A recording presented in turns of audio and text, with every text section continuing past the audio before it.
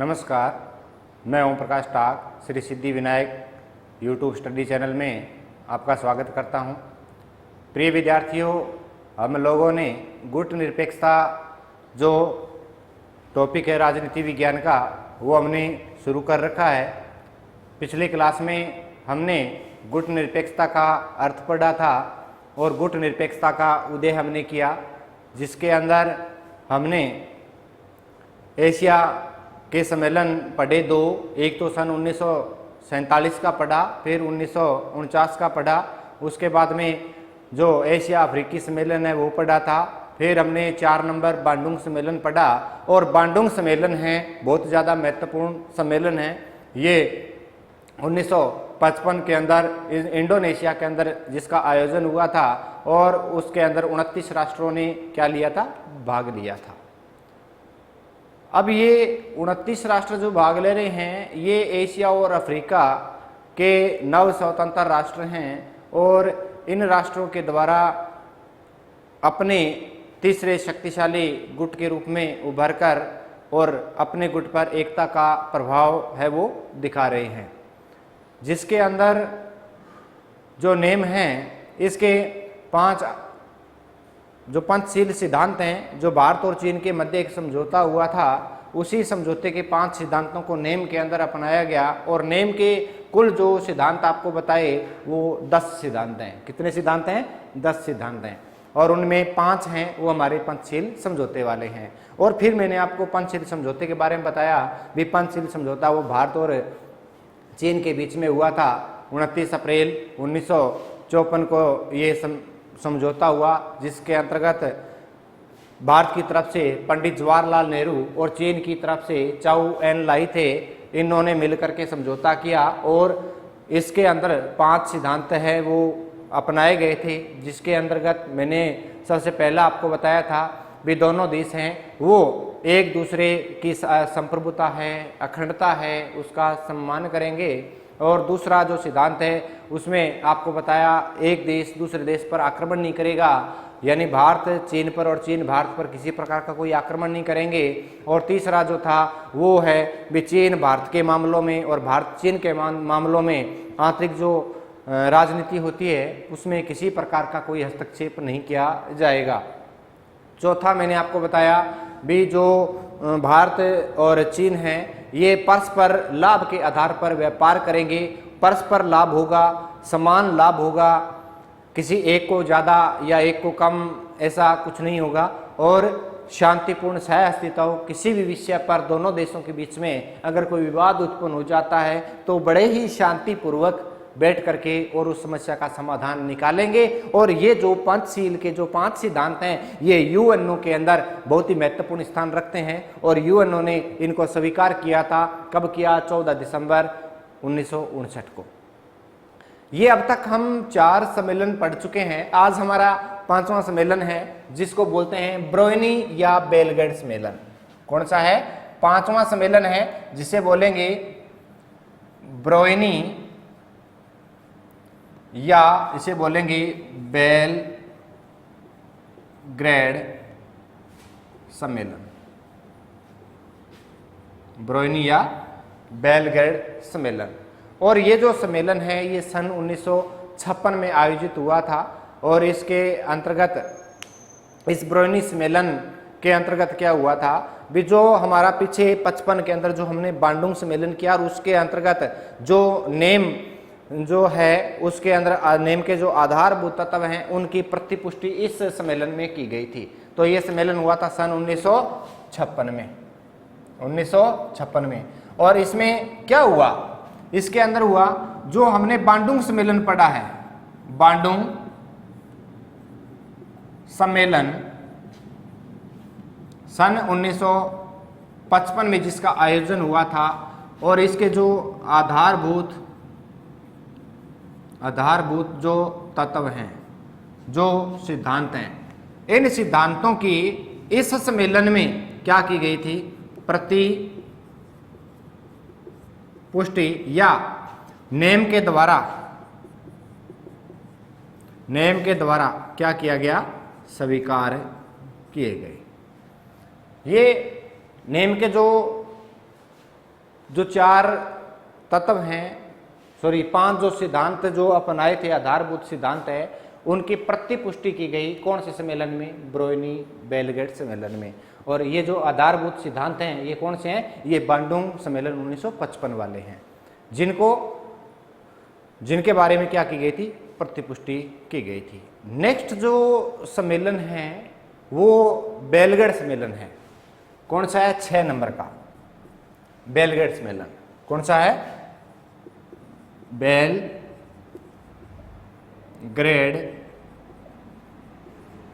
सम्मेलन। ये जो बेलग्रेड सम्मेलन है, ये सम्मेलन कब आयोजन हुआ था? 1 सितंबर 1961 को। कब हुआ था? 1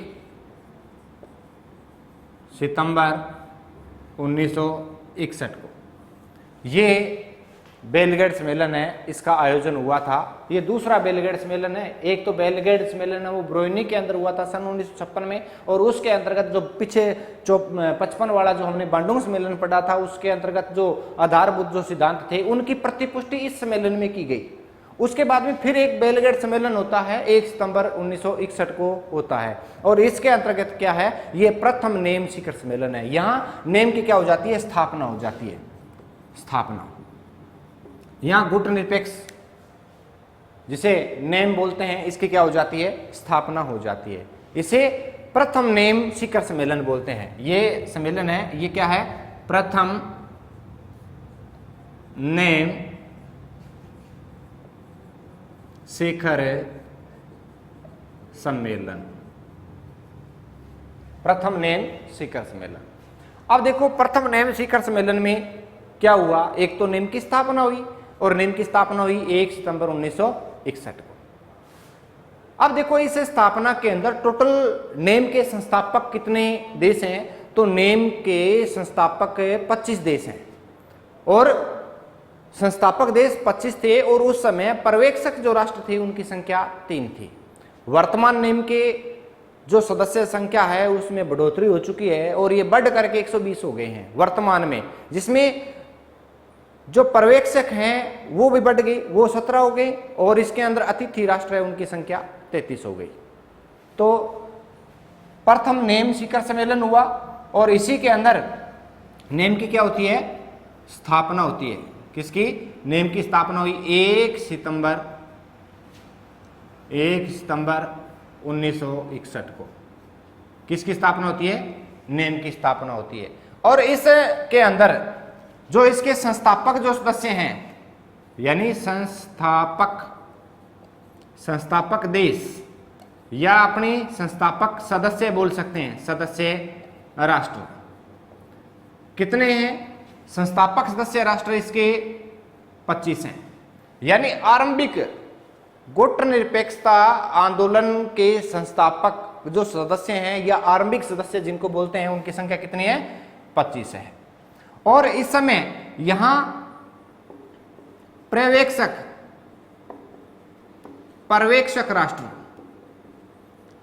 राष्ट्र हैं, उनकी संख्या कितनी है? 3 है। संस्थापक हो गए 25 और पर्यवेक्षक हो गए 3। इन 25 देशों के द्वारा नेम की क्या की जाती है? स्थापना की जाती है। अब देखें धीरे धीरे करके, और नेम की जो सदस्य हैं वो बढ़ गए। अपने देखें भी वर्तमान नेम के सदस्य राष्ट्र, वर्तमान सदस्य राष्ट्र है ये टोटल 120 हो गए हैं। कितने हो गए? 120 हो गए। और जो पर्यवेक्षक संस्थापक जब स्थापना हुई थी उस समय कितने सदस्य थे? पर्यवेक्षक 3 थे। और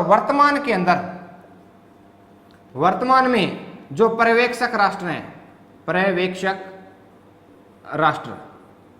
इन पर्यवेक्षक राष्ट्रों की संख्या कितनी हो चुकी है? 17 हो चुकी है। इनके अलावा कुछ अतिथि राष्ट्र भी हैं, नेम के अतिथि राष्ट्र हैं, उनकी संख्या कितनी है? उनकी संख्या 33 है। तो देखिए नेम की स्थापना होती है बेलग्रेड सम्मेलन में। कौन से में? बेलग्रेड सम्मेलन में नेम की स्थापना होती है 1 सितंबर 1961 को। इसी दिन तो यह सम्मेलन आयोजित हुआ था और इसी सम्मेलन के अंदर नेम की क्या होती है, स्थापना होती है। और इस समय इस बेलग्रेड सम्मेलन के अंदर जो 1961 में जिसका आयोजन हुआ था, इसके अंदर 25 देश हैं वो भाग लेते हैं और इसे प्रथम नेम शिखर सम्मेलन बोलते हैं। और 25 राष्ट्रों ने भाग लिया और 25 राष्ट्रों के द्वारा इसकी स्थापना की गई। 25 इसके संस्थापक सदस्य थे। इस समय पर्यवेक्षक 3 थे और वर्तमान जो नेम की जो सदस्य संख्या है वो बढ़ करके 120 हो गई है। और वर्तमान में जो पर्यवेक्षक जो राष्ट्र हैं उनकी संख्या कितनी है, 17 है। इस प्रकार से नेम का हम जन्म करवा चुके हैं। सबसे पहले हमने नेम के बारे में पढ़ा भी, शीत युद्ध के दौरान विश्व 2 गुटों के अंदर बंटा हुआ था। उस समय जो नव स्वतंत्र राष्ट्र हैं वो क्या होते हैं, एक तीसरी शक्ति के रूप में उभरना चाहते हैं, क्योंकि वो इन देशों के अधीन नहीं होना चाहते, वो स्वतंत्र नहीं होना चाहते। और ऐसी स्थिति में एशिया के लोग, एशिया का शिखर सम्मेलन 1947 आयोजन होता है, फिर 49 में आयोजन होता है, फिर एशिया अफ्रीका का सम्मेलन होता है। इस प्रकार से फिर 54 के अंदर सम्मेलन हो गया, फिर 55 के अंदर बांडुंग सम्मेलन हो गया, ठीक है। और फिर ब्रोइनी बेलग्रेड सम्मेलन 56 के अंदर हो गया। और इसके बाद में जो बेलग्रेड सम्मेलन 1961 हुआ और इस बेलग्रेड सम्मेलन के अंदर नेम की क्या हो जाती है, स्थापना हो जाती है। अब वर्तमान में जो 120 सदस्य राष्ट्र हैं वो कौन कौन से देश से कितने हैं, तो देखिए अफ्रीका से 53 राष्ट्र आते हैं 53, और एशिया से 39 राष्ट्र आते हैं, यानी 39 राष्ट्र एशिया से लिए जाते हैं। और लैटिन अमेरिकी से 26 राष्ट्र हैं और यूरोप से 2 राष्ट्र हैं। यानी अपने अगर देखें जो हमने ये सदस्य राष्ट्र किए हैं कितने, 120, इनके बारे में देखते हैं भी ये कौन कौन से राष्ट्र हैं। तो देखिए जो वर्तमान 120 राष्ट्र हैं, वर्तमान नेम के सदस्य राष्ट्र, वर्तमान नेम के जो सदस्य राष्ट्र हैं इसमें जो अफ्रीकी राष्ट्र हैं, अफ्रीकी राष्ट्र, फिर आएंगे एशिया के राष्ट्र। एशिया के कितने राष्ट्र नेम के सदस्य हैं, फिर आएंगे लैटिन अमेरिकी राष्ट्र, फिर आएंगे यूरोप के राष्ट्र। यानी ये जो हमारे जो राष्ट्र हैं वो कौन कौन से हैं, अफ्रीका के जो राष्ट्र हैं वो 53 सदस्य हैं। कितने, 53 देश गुट निरपेक्षता के सदस्य हैं। एशिया के 39 यानी 39 राष्ट्र हैं वो गुट निरपेक्षता के सदस्य राष्ट्र हैं। जो लैटिन अमेरिकी है, लैटिन अमेरिकी राष्ट्रों की संख्या कितनी है, 26 है। अब सुने, बात आती है लैटिन अमेरिकी राष्ट्र कौन से हैं। तो लैटिन अमेरिकी राष्ट्रों के बारे में बताता हूं। आपको पता है हमारे 7 महाद्वीप हैं और 7 महाद्वीपों में सबसे बड़ा एशिया महाद्वीप है। यानी मैं आपको बता देता हूं, जैसे विश्व के नक्शे में इस स्थान पे एशिया है, यहाँ पे यूरोप है, ये अफ्रीकी राष्ट्र ये अफ्रीका है, ये यूरोप है, ये ऑस्ट्रेलिया है, ये उत्तरी अमेरिका है और ये दक्षिणी अमेरिका है। तो एशिया के जो राष्ट्र हैं उनकी संख्या कितनी है, 39 है। अफ्रीका के जो राष्ट्र हैं उनकी संख्या कितनी है, उनकी संख्या 53 है। उसके बाद में लैटिन अमेरिकी राष्ट्र कौन से होते हैं, ये हैं उत्तरी अमेरिका और दक्षिणी अमेरिका के बीच में ये कुछ छोटे छोटे राष्ट्र हैं। ये जो राष्ट्र हैं ये कहलाते हैं लैटिन अमेरिकी राष्ट्र। यानी उत्तरी अमेरिका और दक्षिणी अमेरिका के बीच का जो ये भाग है, इस भाग में जो देश बसे हुए हैं उनको लैटिन अमेरिकी देश बोलते हैं। और इनकी संख्या कितनी है, इनकी सदस्य संख्या 26 है। ये 26 देश हैं जो नेम के सदस्य हैं। और यूरोप है, यूरोप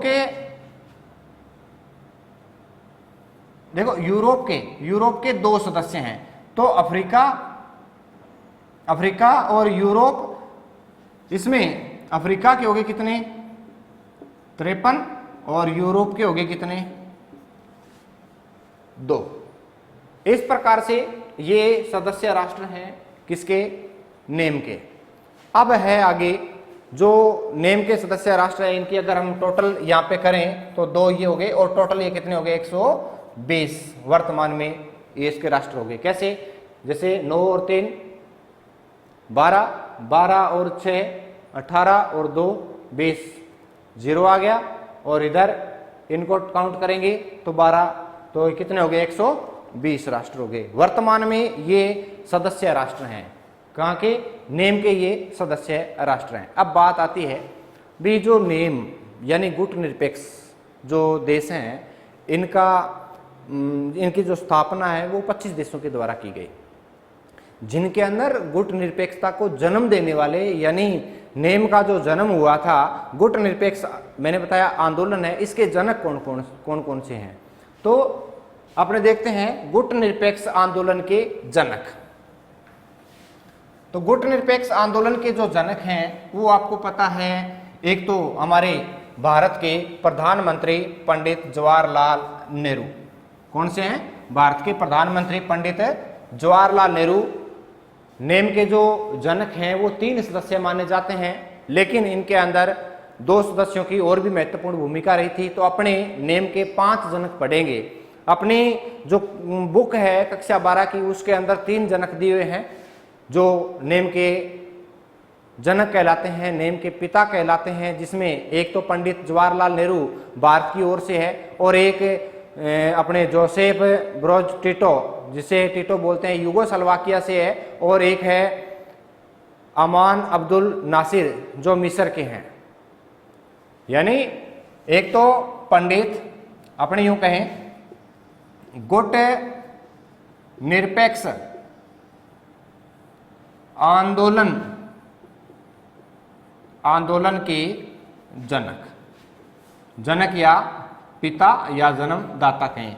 तो भारत की ओर से अपनी बुक के अंदर 3 व्यक्तियों को इनके जनक दिखा रखे हैं, जिसमें एक तो है पंडित जवाहरलाल नेहरू जो किस तरफ से हैं, भारत की तरफ से हैं। किस तरफ से हैं, भारत की तरफ से हैं। दूसरे हैं जोसेफ ब्राज टिटो। कौन से हैं, दूसरे हैं जोसेफ ब्राज टिटो, इसे सीधा टिटो भी बोलते हैं। और ये कहां के हैं, ये हैं यूगोस्लाविया के। कहां के हैं, स्लोवाकिया के। तीसरे हैं अब्दुल नासिर और ये कहां के हैं, ये हैं मिस्र के। तो देखिए ये जो 3 सदस्य हैं इनको जनक माना जाता है, और इनके अलावा 2 सदस्य और भी हैं, जो एक तो हैं अपने इंडोनेशिया की सुकर्णो और एक हैं एनक्यूमा जो रेगे गाना के। कौन कौन से हैं, एक तो आगे नंबर 4 आ गया, एक तो सुकर्णो जो कहां के हैं, इंडोनेशिया के हैं।